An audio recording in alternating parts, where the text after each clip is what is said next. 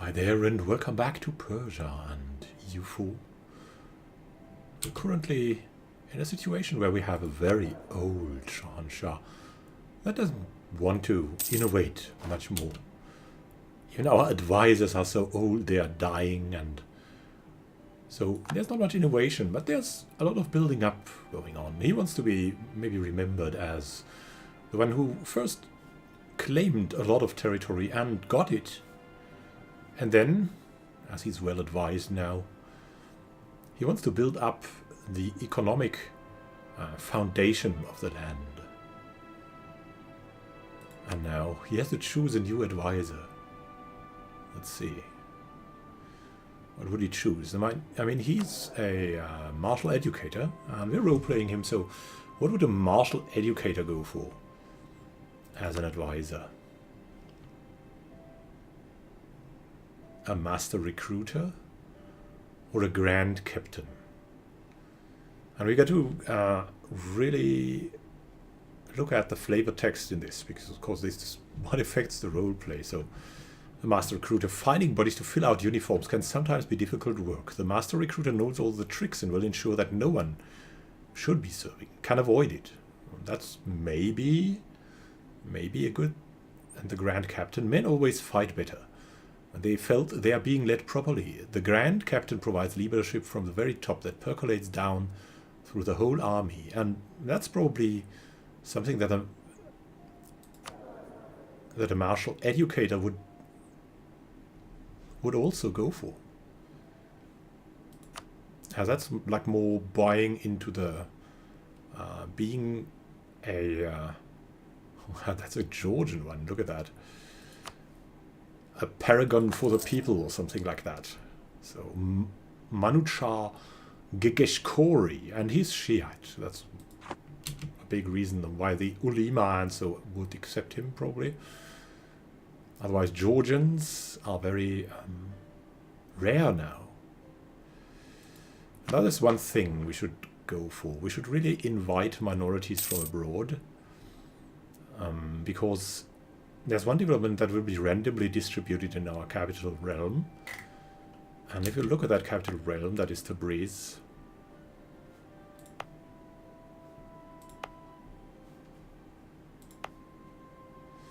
Yeah, there's... that one development is coming at a really reduced price, so we'll invite them again. I don't know, should we bring something up to unlock the 50? Probably not. Where could we go for? I mean, in Urmia we could unlock the 27. Wine is pretty good. Diplomatic power we have a lot. And administrative power we have some.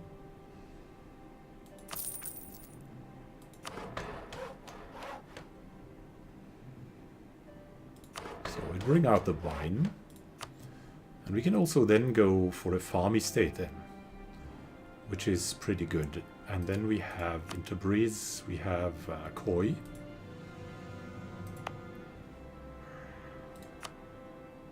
Also a mountainous region, so a higher development cost overall. And it has wool, which means with the local goods produce modifier, that helps. At 31 there's something unlocked here. The thing is, you get something from the wool manufacturer, from the textile manufactory. So that would add in here and make it much better. So let's see. But for now, probably that will be good 2 times. And then going to spend a little bit more on diplomatic power. Military power is also very good here.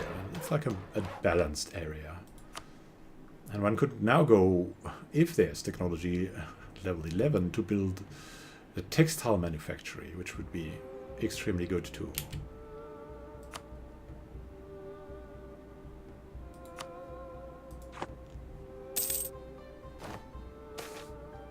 And now we have, oh, Rajab Ali Shahi, a controversial protectionist. him. Trade efficiency. Yeah, and we're still protectionists. We're like nationalists. And we are well advised, so we hear to our advisors. And Rajab Ali Shahi's thinking has helped us so far. What they are discussing here is that the internal trade only has been strengthened, and the infrastructure improvements have been appreciated, but recent suggestions have caused many influential people to question their philosophy. Mutually beneficial deals with other nations they seek, but not for us. Not this time. What is that? Intervene in a war between the Ottomans and Russia? No, we're totally okay with this war. They can do what they want there, really. Russia is way too powerful that the Ottomans can take a pound on them. And we have the city of Najaf again. Let's see about that. As the custodians of the holy mosques of Najaf, we're responsible not only for the holy... Hey! For the holy shrine, a state that claims his honor is also expected to fend for both the population of the holy cities as well as the pilgrims they attract. For this purpose, many rulers have devoted great resources both within the cities themselves and large tracts of faraway farmland in order to feed and maintain the area of Najaf. Some say Pirbudak II has not been paying the attention to these cities that they deserve, that pilgrims are no longer safe. There is great want in the streets of Najaf. And, I mean, we could spend more on the upkeep of the holy shrines, or we could anger the Ulema. Now, we're not exactly friends of the Ulema. They had declared one of our predecessors a sinner, or our brother, rather. And yeah, I mean, 20% of the taxes is really big, but maybe he's getting old now, and he would maybe go for that. Just like looking to the afterlife.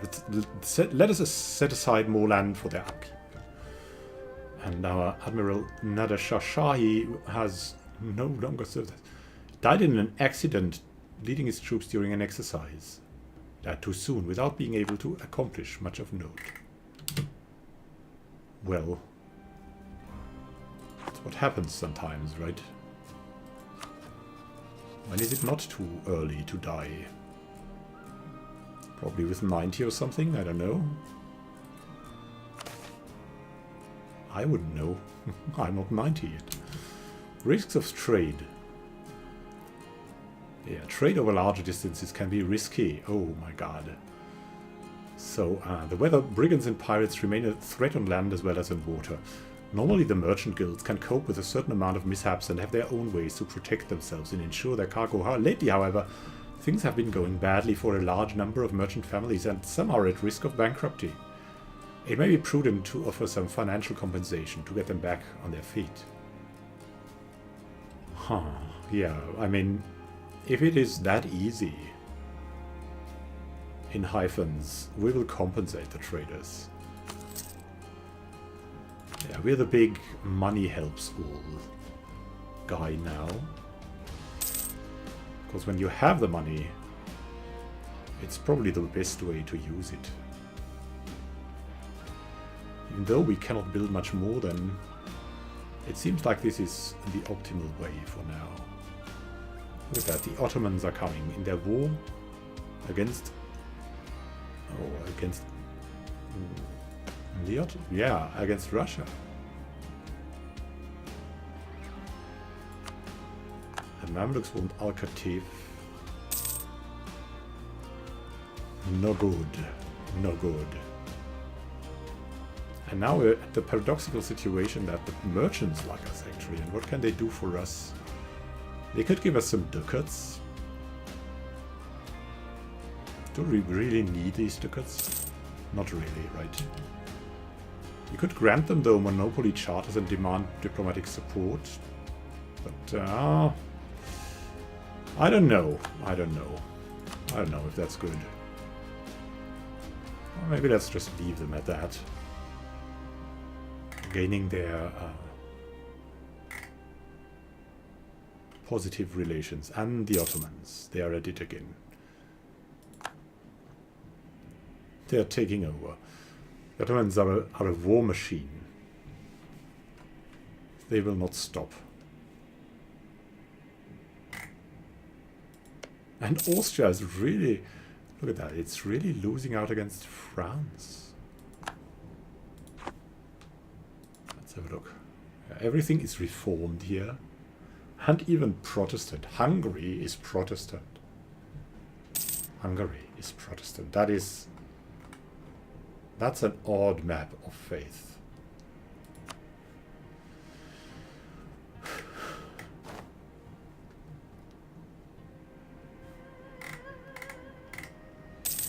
Oh, and we wanted to send someone to Afghanistan, to Khorasan, I mean.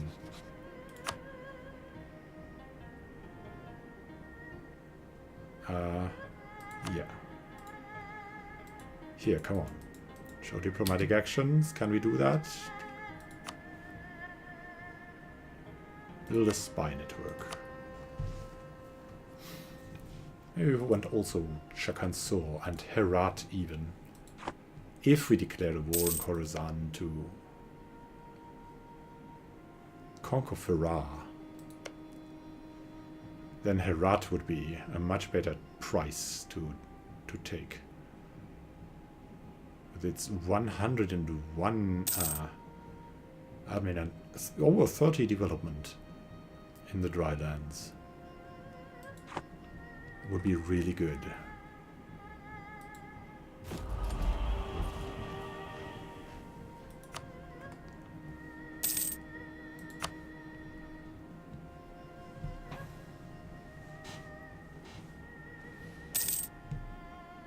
Ardabil has also embraced global trade.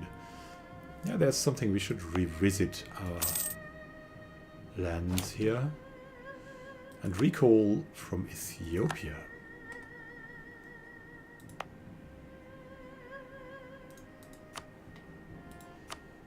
How are the institutions going? They are not going badly, I must say. Armenia, yeah, the advancement of institutions is really what drives us. Miwa cancelled their military access. How is Russia doing? They are losing now. And we've got a circulation of hostile publications. Need to investigate. When printing was a novelty, it first attracted those who would create codices as great works of art or philanthropists who wanted to spread the knowledge of the classics in a more accessible format. Soon, however, others joined their ranks, less scrupulous men who would make a living slandering others. Ever since printing started to mature as a business, presses all over Europe have been available for demagogues to spin their webs of lies. Piles of pamphlets lie ready to be distributed to anyone who will believe them. As we speak, in some part of our own lands, this otherwise so promising technology has been put to use as a means slender to our Shahanshah and undermine the state. This cannot be tolerated. Yeah, and that's what he would probably do, right? The time for censorship has come. He's a grumpy old man. And he would do that. Even as terrible as that is like a decision, he's 65, and when he hears of that, he thinks like, it wasn't there in my youth, we won't need it. If they want to slander the rightful ruler, they can do otherwise. On the cross, sickness of the Shahanshah, probably because of the stress of this of these pamphlets. Tubudak II has fallen ill and cannot handle all aspects of ruling Persia for the time being. How shall we handle this? The gifted group closest to the Shahanshah will be most fit to rule, the empowered council. We're well advised.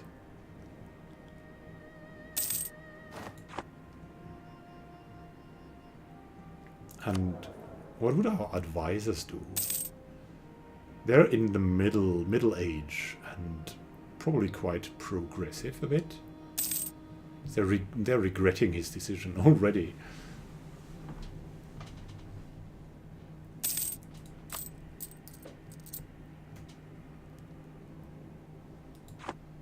They would also try to do nothing wrong, like do the obvious thing, continue the policies he has made. And what would that be? Oh, our generals are dying, that's not good.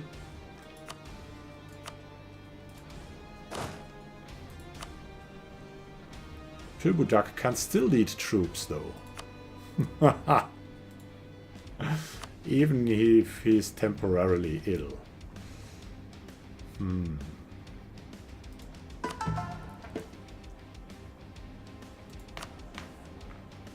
We should seize clerical holdings again.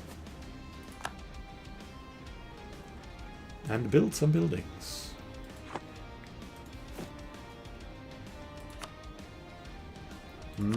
That doesn't seem like so good. But Qazwin and Faza here is something, and maybe in Basra we can build that finally. And whoa, look at that in Urmia and Al-Katif. We're going to improve the trade opportunities, and that should be all for now.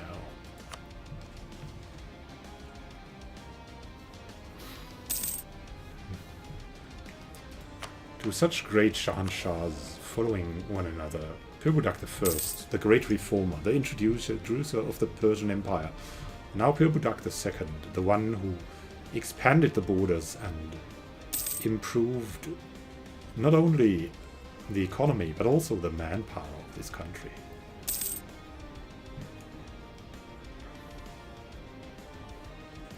At 66 he's still up and running. We've got border frictions now, and yeah, well, he's an old militarist. Perhaps a policy change is in order. We must not anger the people.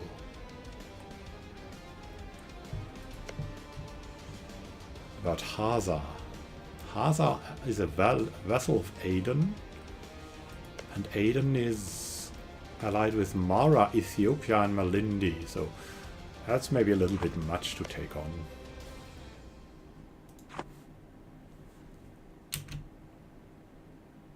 But we would maybe go for Khorasan and claim Herat. Oh, we can only claim Shakanzo.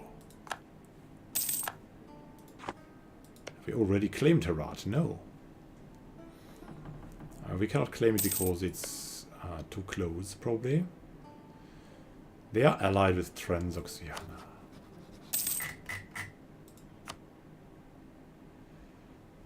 Yeah, well... Mazandran would likely join in. And we would go for taking Ferrar. And probably more, probably Herat, right? And Herat has only Khorasani claims. That's something to consider.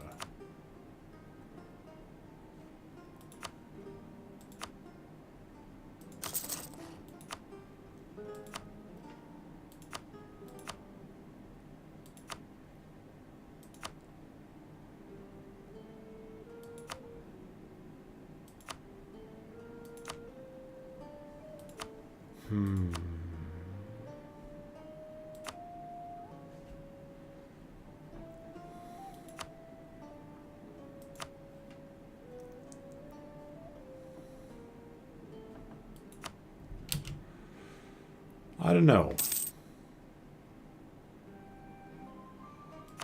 It would be time for some kind of factory here. The weapons manufactory?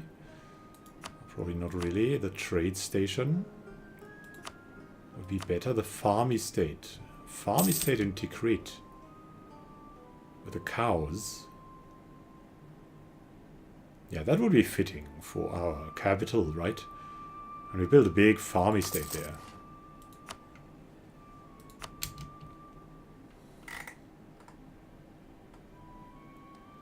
Oh, Tikrit is somewhere else, right? It's here.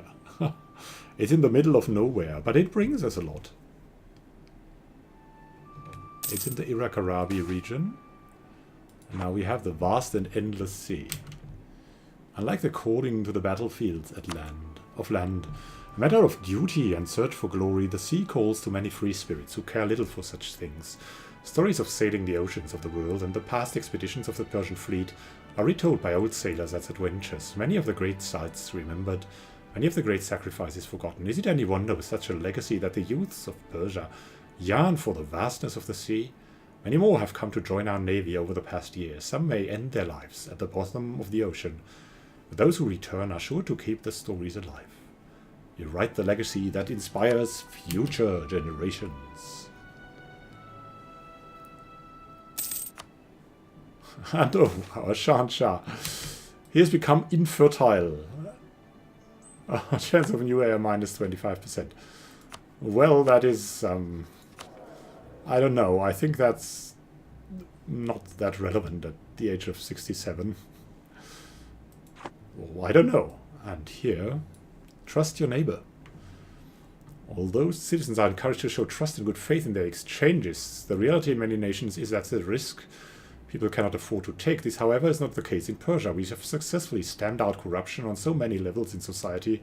People not only trust officials to do their jobs without the extra help of a bribe, but they also trust each other more in general exchanges. This general belief in the honesty of others is the very thread from which the fabric of society is woven, and our country is a shining example of it. Oh, we've got an honest administration. Really nice, really good.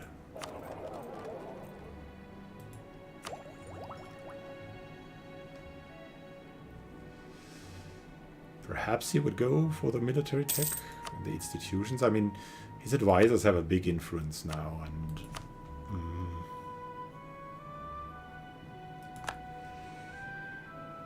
maybe they'd urge him to put aside more money for the institutions. We don't know.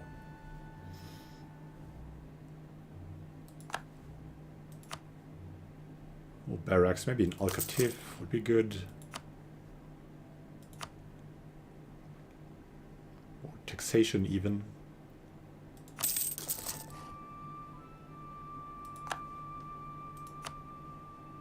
Or production, maybe in Faza.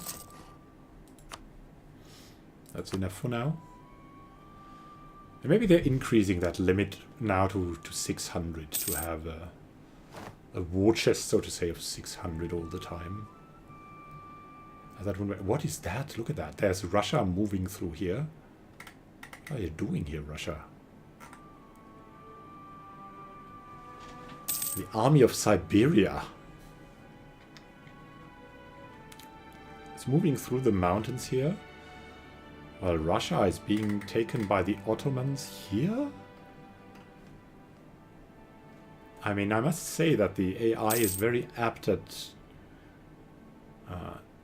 using troops in a very fanciful way now. Sometimes it really doesn't make much sense. Still. Oh my god. The Mamluks. And our next general leaves us. Not good.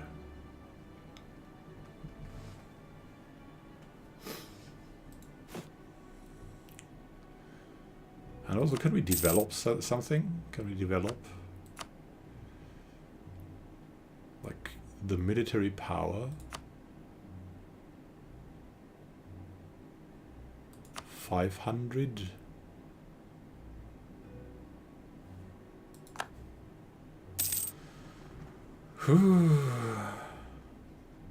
In Mosul.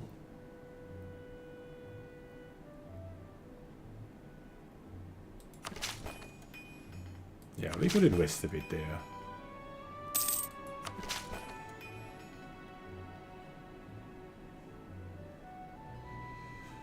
$447 is 8 is 13. Maybe we can go to 15 or something.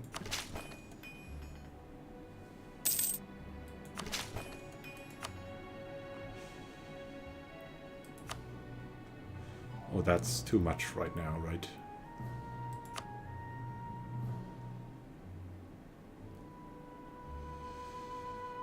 good production value. Go up in Shushtar. The tax value in Avaz. And now, oh no, our Shahanshah has died. Our nation is in mourning over the loss of our previous monarch, Pirbudak II Qara Qoyunlu.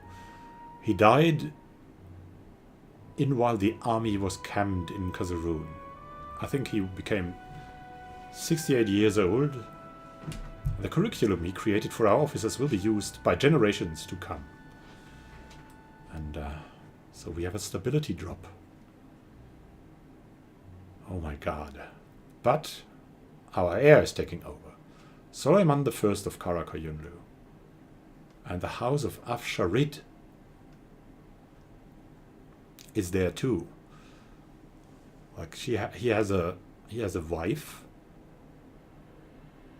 already, Pari of the house of Afsharid of Urmia, capital district. And we really have to think a lot about what is going to be next for us with our new leader. What would he do? What would he plan? What kind of person would he be? Let's wait out until we know the perks, right? Suleiman I's good leadership skills and superior tactical knowledge will help us vanquish those that dare stand against us. That's probably true. Suleiman. And we have an heir to the throne. A new heir. He shall be called what? 4222. He's like also an administrative, not genius, but a good man in administration. And it may be called maybe not the Iron Sheep, because iron stands for war.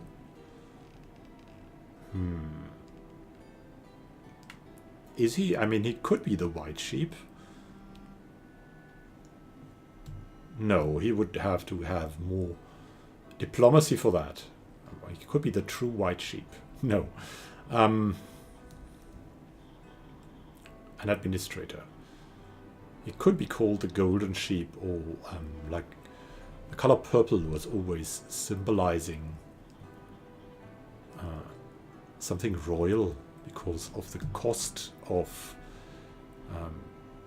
the materials used for creating the colors. So we would probably call him Muhammad. Muhammad is a good name. I don't know about Aga. The purple sheep. Maybe he's very royal. That's Pari. She's very good at chess, but she doesn't understand anything about administration or diplomacy. With the union of Suleiman I and Pari, we have gained not only a spouse, but also a new ally in the realm. The Afsharid is an old and influential family. Their seat in Urmia is a jewel of the empire. Look at Urmia. Here, Urmia is here, and it's in the mountains. It's well developed. And generally giving us much. It's also controlled by the Amirs, giving us a lot of manpower. Of course, friendship has to go both ways, and Pari will be expected to speak for her kin, while our Shahanshah will be expected to consider such advice very carefully. To everlasting friendship.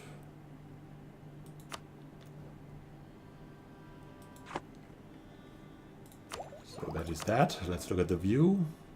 It's also strict, Shahanshah Suleiman, and so a good military leader. Avoid debasing the currency and avoid taking loans at any price. So he'll probably up this at the treasury of 800 or something to avoid any mishaps. For now, we'll see in the next episode which personality the Khanum has and what the Shahanshah wants to do. Thank you for watching, and happy gaming to you. May the black rule of the black sheep of Persia protect you. your travels.